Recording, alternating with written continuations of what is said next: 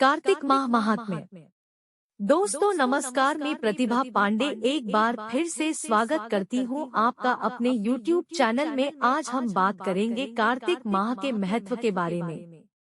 बहुत ही प्रेरणादायक एवं धार्मिक कहानी है। आप इस कहानी को पूरा सुनिए और समझिए। मैं सिमरू माता शारदा, बैठे जहवा आए। कार्तिक मास की कथा, लिखे कमल हर्षाए।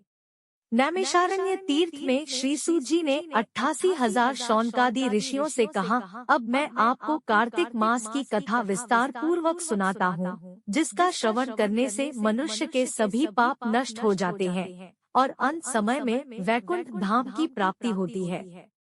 सूत जी ने कहा, श्री कृष्ण जी से अनुमति लेकर देवर्षि नारद के चले जाने के पश्चात सत्यभामा प्रसन्न होकर भगवान कृष्ण से बोली, हे प्रभु, मैं धन्य हुई, मेरा जन्म सफल हुआ। मुझ जैसी त्रैलोक्य सुंदरी के जन्मदाता भी धन्य है, जो आपकी 16,000 स्त्रियों के बीच में आपकी परम प्यारी पत्नी बनी। मैंने आपके साथ नारद जी को वह कल्पवृक्ष आदि पुरुष विधि पूर्वक दान में दिया, परंतु वही कल्पवृक्ष मेरे घर लहराया करता है। यह बात मृत्युलोक में किसी स्त्री को ज्ञात नहीं है। हे त्रिलोकीनाथ, मैं आपसे कुछ पूछने की इच्छुक हूँ। आप मुझे कृपया कार्तिक महात्म्य की कथा विस्तार पूर्वक सुनाइए, जिसको सुनकर मेरा हित हो और जिसके करने से कल्प पर्यंत भी आप मुझसे विमुख न हो।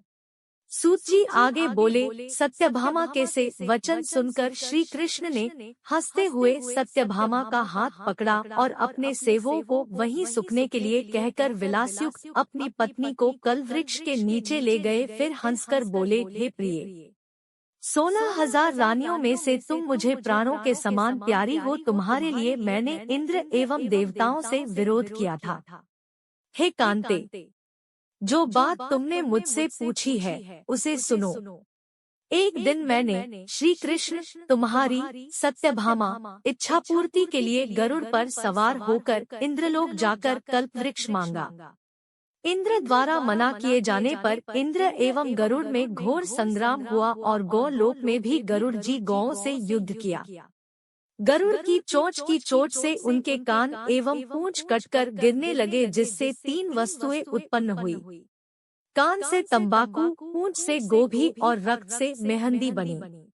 इन तीनों का प्रयोग करने वाले को मोक्ष नहीं मिलता। तब गौओं ने भी क्रोधित होकर गरुड़ पर वार किया, जिससे उनके 3 पंख टूटकर गिर गए। इनके पहले पंख से नीलकंठ, दूसरे से मोर और तीसरे से चकवाचकवी उत्पन्न हुए।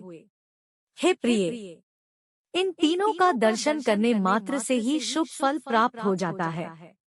यह सुनकर सत्यभामा ने कहा, हे प्रभु, कृपया मुझे मेरे पूर्व जन्मों के विषय में बताइए कि मैंने पूर्व जन्म में कौन कौन से दान, व्रत व जप नहीं किए हैं।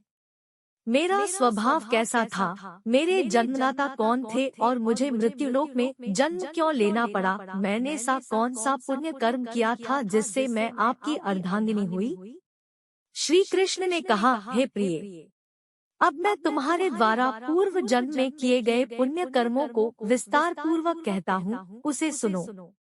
पूर्व समय में सतयुग के अंत में मायापुरी में अत्रिगोत्र में वेदांत का ज्ञाता देवशर्मा नामक एक ब्राह्मण निवास करता था।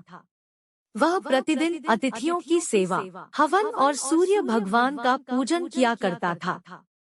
वह सूर्य के समान तेजस्वी था। वृद्धावस्था में उसे गुणवती नामक कन्या की प्राप्ति हुई। उस पुत्रहीन ब्राह्मण ने अपनी कन्या का विवाह अपने ही चंद्र नामक शिष्य के साथ कर दिया। वह चंद्र को अपने पुत्र के समान मानता था और चंद्र भी उसे अपने पिता की भांति सम्मान देता था।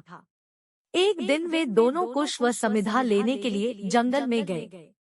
जब वे हिमालय की तलहटी में भ्रमण कर रहे थे, तब उन्हें एक राक्षस आता हुआ दिखाई दिया। उस राक्षस को देखकर भय के कारण उनके अंग शिथिल हो गए और वे वहां से भागने में भी असमर्थ हो गए। तब उस काल के समान राक्षस ने उन दोनों को मार डाला। चूंकि वे धर्मात्मा थे, इसलिए मेरे पार्षद उन्हें मेरे वैकुंठ धाम में मेरे पास ले आए। उन दोनों द्वारा आजीवन सूर्य भगवान की पूजा किए जाने के कारण मैं दोनों पर अति प्रसन्न हुआ। गणेश जी, शिव जी, सूर्य व देवी इन सब की पूजा करने वाले मनुष्य को स्वर्ग की प्राप्ति होती है। मैं एक होता हुआ भी काल और कर्मों के भेद से 5 प्रकार का होता हूँ। जैसे एक देवदत्त, पिता, भ्राता आदि नामों से पुकारा जाता है।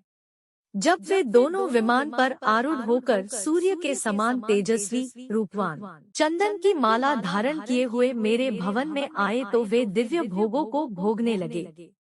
दोस्तों, आपको यह पौराणिक कहानी कैसी लगी हमें कमेंट में जरूर बताइएगा, और अगर आपने अभी तक हमारे चैनल को सब्सक्राइब नहीं किया है तो कृपया सब्सक्राइब कर लीजिए।